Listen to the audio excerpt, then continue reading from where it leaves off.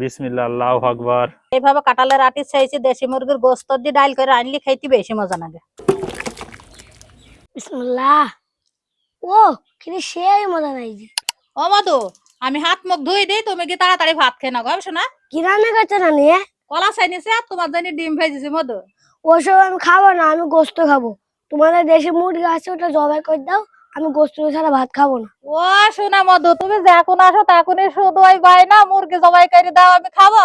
খালি চলো মধু, হাঁস মুরগি তো ছাড়া হয়নি, তো ধরতে পারে কি দেখে একটা। নানি কোন মুরগি জবাই করবা? নাল মরক জবাই করবো মধু। নানি এই ঘরে তো লাল মুরগি নেই। খালি ওই মুরগি ছেড়ে দাও মধু, এই ঘরে দেখছি। ঠিক আছে নানি। এ দেখো মধু, এই ঘরে আছে, আমি ধরেছি।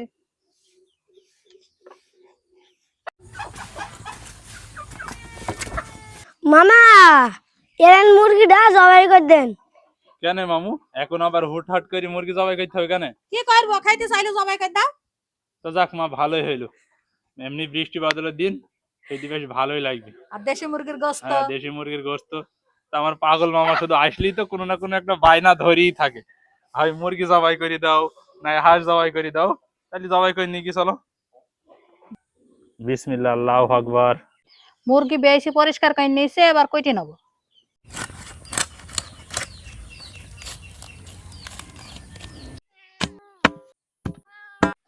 গোশ কোটা ধোয়া হয়ে গেছে, এবার একটু নুন আর হলুদ মাখে থই দিয়ে মশলা পাতে বেটে নেবো।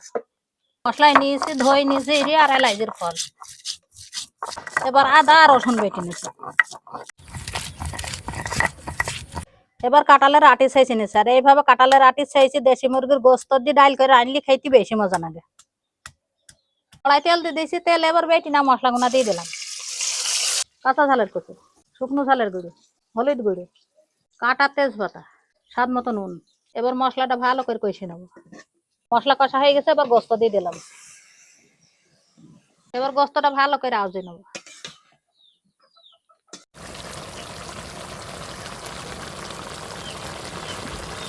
গোস্ত আউজি না হয়ে গেছে, এবার কাঁঠালের আটিগুনা দিয়ে দিলাম। এবার কাঁঠালের আটিগুনা গোস্তর সাথে আউজে নেবো। আউজি না হয়ে গেছে, এবার পরিমাণ মতন মো দিয়ে দিলাম। এবার আস্তে আস্তে জাল দিয়ে সেদ্ধ করে নেবো।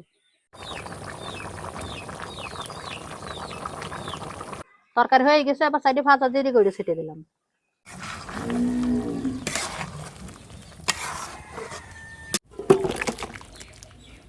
মামু, কি বলছেন? এরকম খাবার নিতে আর বসে থাকা যাবে না।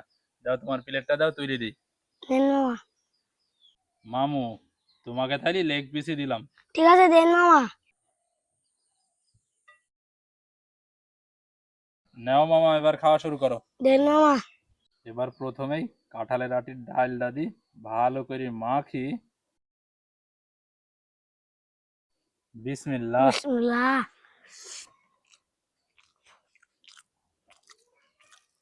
মামু, কেমন লাগছে? কাঁঠালাটির ডাল দি দেশি মুরগির গোস্ত দি, ও কিন্তু সেই মজা নাই জি। সত্যি খেতে কিন্তু দারুণ লাগছে। এমনিতে তো কাঁঠালের আটি দি গোশ রান্না করলি খেতে ভালোই লাগে, আর তাতে আবার এই যে দেশি মুরগির গোশ, দেশি মোরগ মুরগির গোশ, খাওয়ার মজাই আলাদা। বাড়িতে পুষে যদি খাওয়া হয় তাহলে তো আর কোনো কথাই নেই। আর এই যে দেখছেন মাখি, দেখতেই কতটা লোভনীয় লাগছে।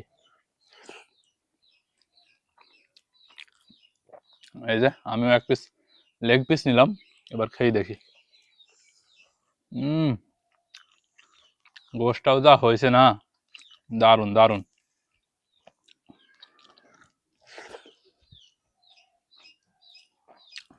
যদিও আমার মামুর আবদারে রান্না করা হলো, তবে তৃপ্তি করি সবারই খাওয়া হয়েছে। খেতে দারুণ লাগছে, এ স্বাদের মানে তুলনা করা যায় না। তো আপনারা যারা ভিডিওটা দেখছেন তাদেরকে জানাচ্ছি অসংখ্য ধন্যবাদ। অবশ্যই এরকম করে রান্না করে দেখতে পারেন, আশা করি আপনাদের কাছেও ভালো লাগবে। তো আজকের ভিডিওটা এখানে শেষ করছি, দেখা হবে নতুন কোনো ভিডিওতে। ততক্ষণ সবাই সুস্থ থাকবেন, ভালো থাকবেন, সবাইকে জানাই আল্লাহ হাফেজ।